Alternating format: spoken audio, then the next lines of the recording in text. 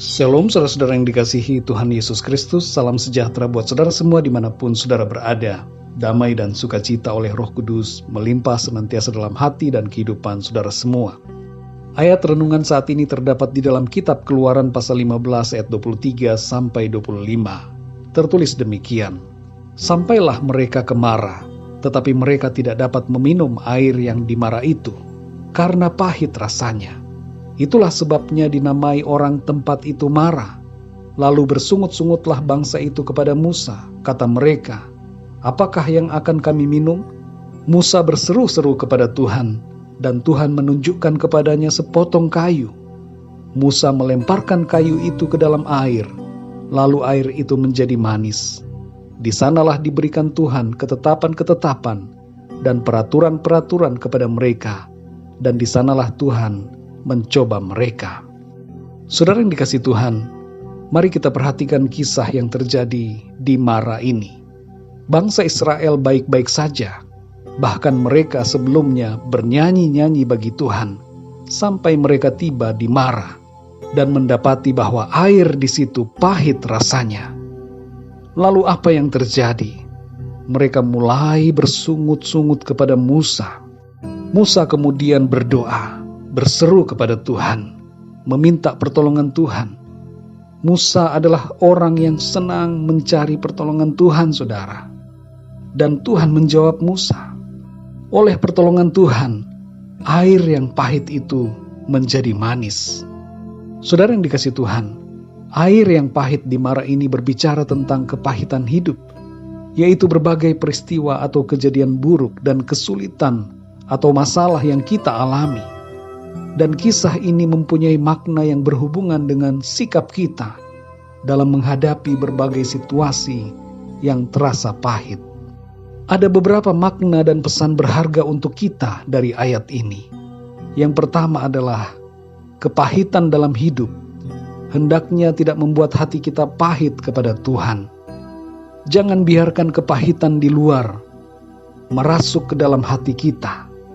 Biarkanlah keadaan di luar pahit, tapi hati kita tetap mengasihi Tuhan, tetap manis dan benar di hadapan Tuhan.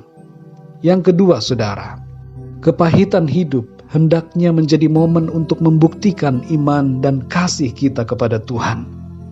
Jangan marah kepada Tuhan saat situasi hidup kita banyak masalah. Tapi tunjukkanlah bahwa kita sungguh-sungguh mengasihi Tuhan dan percaya kepadanya. Yang ketiga, saudara, kepahitan hidup akan diubahkan menjadi manis ketika kita mencari pertolongan Tuhan.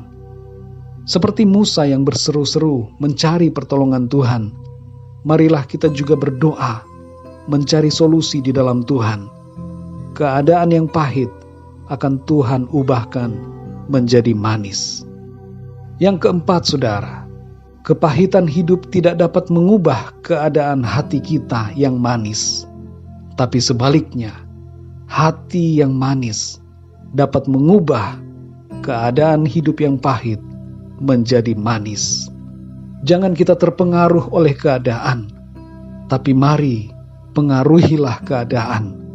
Hati kita harus tetap dipenuhi dengan syukur, damai sejahtera dan sukacita yang dari Tuhan. Saudara yang dikasihi Tuhan, kalau hati kita dipenuhi dengan kasih kepada Tuhan, situasi apapun tidak akan mengubah suasana hati kita menjadi pahit.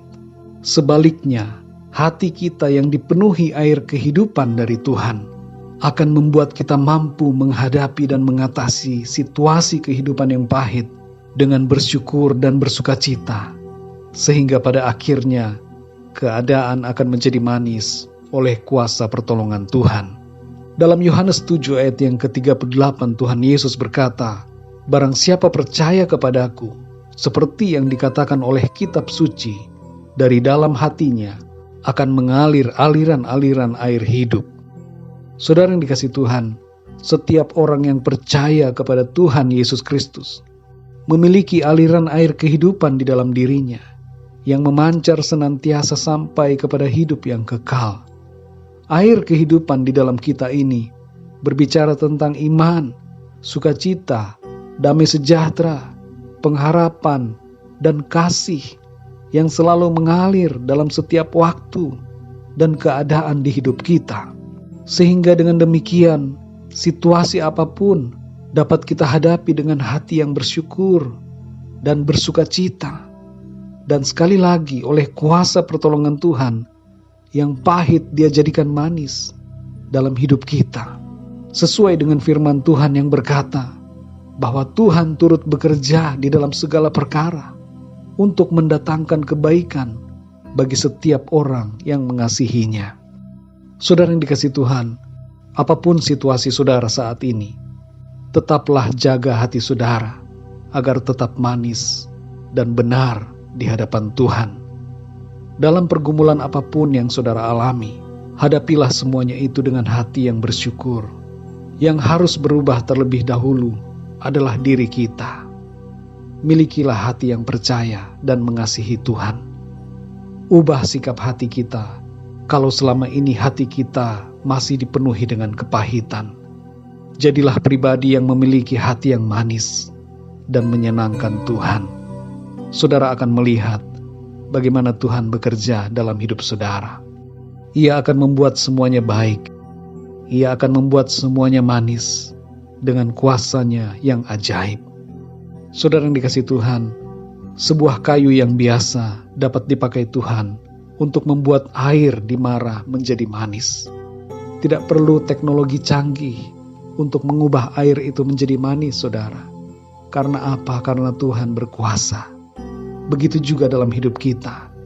Apapun masalah dan pergumulan kita, situasi sulit, kepahitan demi kepahitan apapun, kuasa Tuhan sanggup untuk menolong kita. Adalah sangat mudah bagi Tuhan untuk mengerjakan mujizat-Nya dalam kehidupan kita. Mari saudara yang dikasihi Tuhan, sekali lagi, milikilah hati yang manis di hadapan Tuhan. Jangan biarkan hatimu pahit oleh karena situasi, tapi jaga hatimu agar tetap dipenuhi dengan iman dan ucapan syukur kepada Tuhan. Mari kita berdoa, saudara. Bapa kami di dalam surga, Bapa di dalam nama Tuhan Yesus Kristus, kami mengucap syukur untuk firman-Mu yang mengajarkan kami untuk menjaga hati kami agar tetap manis dan benar di hadapan-Mu. Ampuni kami ya Tuhan, kalau selama ini kami seringkali tidak menjaga hati kami, sehingga situasi yang sulit membuat kami gampang goyah, kami gampang marah, bersungut-sungut kepada Tuhan. Tolong kami ya Tuhan, baharuilah hati kami, dan biarlah oleh kuasa-Mu Tuhan, aliran-aliran air hidup itu terus mengalir dan memancar dari dalam diri kami. Dan oleh kuasa-Mu Tuhan, kami dimampukan untuk menghadapi setiap keadaan dalam hidup kami. Kami sungguh percaya ada kemenangan di dalam Engkau. Ada sukacita, ada sorak-sorai oleh karena karya-Mu dalam hidup kami. Engkau tidak pernah membiarkan kami, tapi Engkau ada bersama dengan kami dan menuntun kami untuk masuk dalam kemenangan. Terima kasih ya Bapa. Pimpinlah hidup kami di sepanjang hari ini.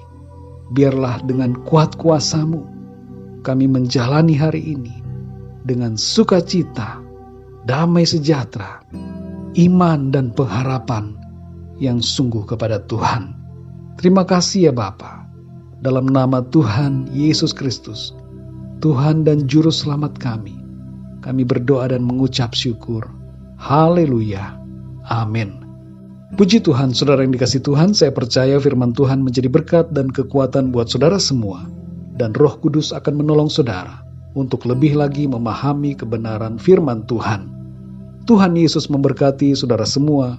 Sampai jumpa dalam renungan yang berikutnya. Haleluya.